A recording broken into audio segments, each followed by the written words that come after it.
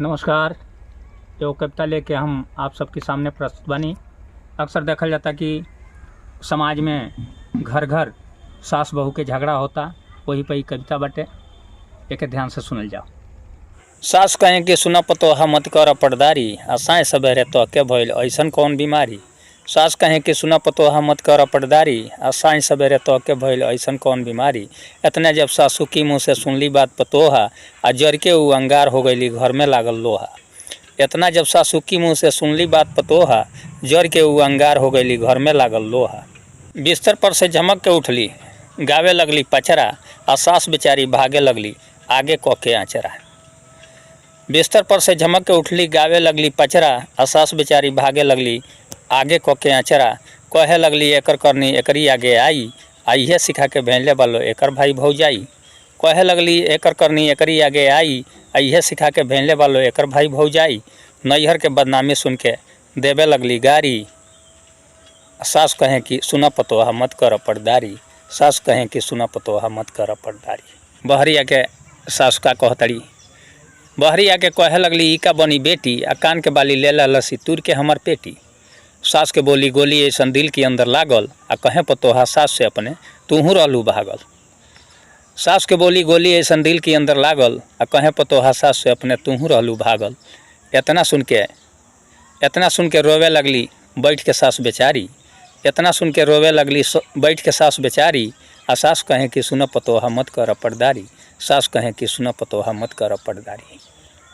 ससुर बेचारा बौका बन के रहले खूब निहारत, आ सास बहू में शुरू बाटे दूरा पर महाभारत। ससुर बेचारा बौका बन के रहले खूब निहारत, आ सास बहू में शुरू बाटे दूरा पर महाभारत। दोनों मिलके क देली घर के इज्जत माटी, आ खटिया पर से खड़ा हो गईले हाथ में लिए लाठी। दोनों मिलके क देली घर के इज्जत माटी, आ खटिया पर से खड़ा हो गईले हाथ में लिए लाठी। सास बेचारी भागे लगली घर की अब पिछुआरे, आ बहू बेचारी चुप हो गईली बुढ़ऊ लगी है मारे। सास बेचारी भागे लगली घर की अब पिछुआरे, आ बहू बेचारी चुप हो गईली बुढ़ऊ लगी है मारे। जौने घर में मर्द बेचारा रहिए नाही टाइट, जौने घर में मर्द बेचारा रहिए नाही टाइट, तौने घर में सास बहू में रोजो होई फाइट। ध्यान देवे के बा, जौने घर में मर्द बेचारा रहिए नाही टाइट, तौने घर में सास बहू में रोजो होई फाइट। आ एगो विचार और करे के बा कि आपन बेटी दुल्हन बन के दूसरे के घर गईली, या गैर के बेटी दुल्हन बन के अपनी घर में अइली। एकर ध्यान रखे के बा। आपन बेटी दुल्हन बन के दूसरे के घर गईली, या गैर के बेटी दुल्हन बन के अपनी घर में अइली। बहू सास के बेटी हई, बहू सास के बेटी हई, सास हई महतारी। आ सास कहे कि सुन पतोहा मत कर पर्दारी। सास कहे कि सुन पतोहा मत कर पर्दारी।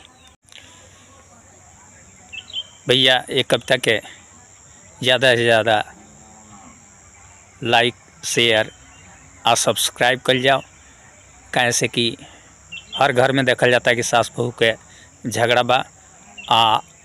ये कविता के जब माता बहन सब सुनी तो विचार करी, और विचार करके झगड़ा झंझट नहीं करी, आपस में मिलजुल के रही, एक दूसरे के दुख दर्द समझी। बहुत बहुत धन्यवाद।